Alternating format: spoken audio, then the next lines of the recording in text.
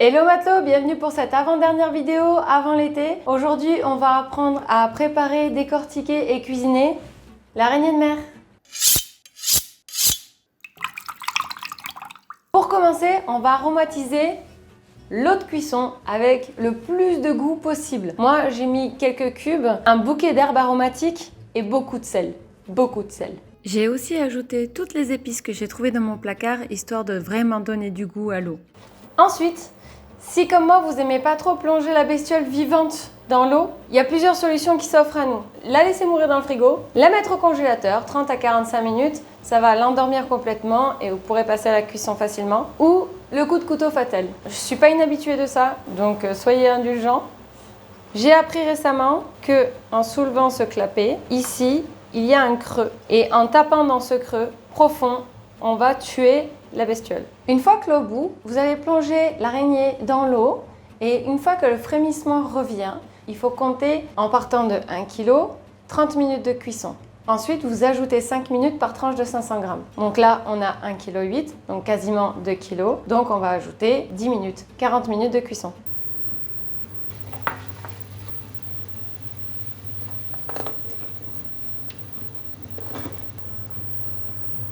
Une fois qu'on l'a laissée refroidir au frigo, on va la décortiquer. Pour décortiquer l'araignée, c'est assez simple. Il suffit de se laisser guider en fait par les articulations et par les formes de la bestiole. Retirez tous les petits morceaux qui dérangent. Prenez un couteau à huître et venez l'enfoncer à l'arrière de la coquille.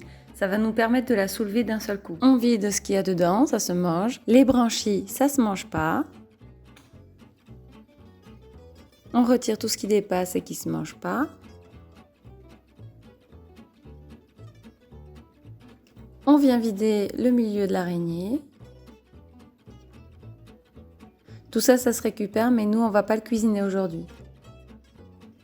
Ensuite, je retire les articulations qui restent. Vu que j'ai mis un coup de couteau pour tuer l'araignée, ça s'est scindé en deux tout seul. Sinon, il faut le couper en deux à cet endroit-là, puis recouper en deux dans la largeur. Ce qui nous permet d'accéder à toutes les petites alvéoles. Alvéoles que l'on peut vider soit à la petite cuillère, mais c'est tout de même beaucoup plus pratique avec un couteau à huître.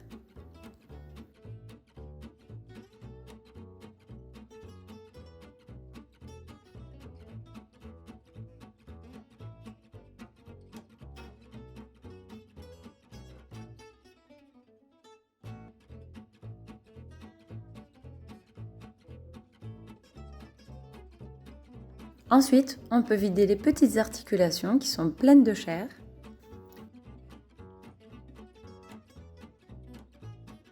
Puis c'est le tour des pattes. Simplement avec le manche du couteau à huître, on vient taper d'un coup sec mais pas trop fort, histoire de fendre la coquille pour pouvoir récupérer la chair qu'il y a dedans. Il faut répéter l'étape pour chaque segment.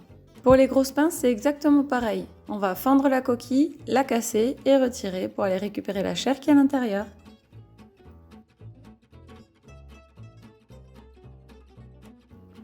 Voilà.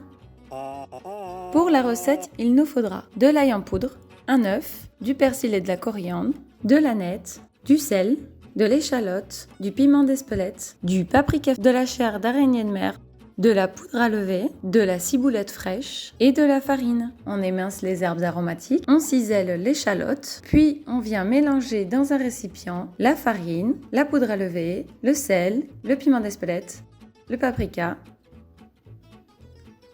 les herbes, l'échalote, l'ail en poudre, un œuf et la chair d'araignée.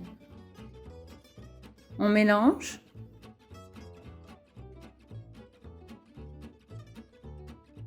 Rajoutez un petit peu d'eau pour pouvoir obtenir une pâte collante. Aplatissez un petit peu au fond du récipient. Filmez au contact. Et mettez 2 heures au réfrigérateur. Faites chauffer l'huile et insérez délicatement les boulettes d'acra dans l'huile. Laissez cuire jusqu'à ce que ça remonte à la surface. Et voilà, c'est prêt!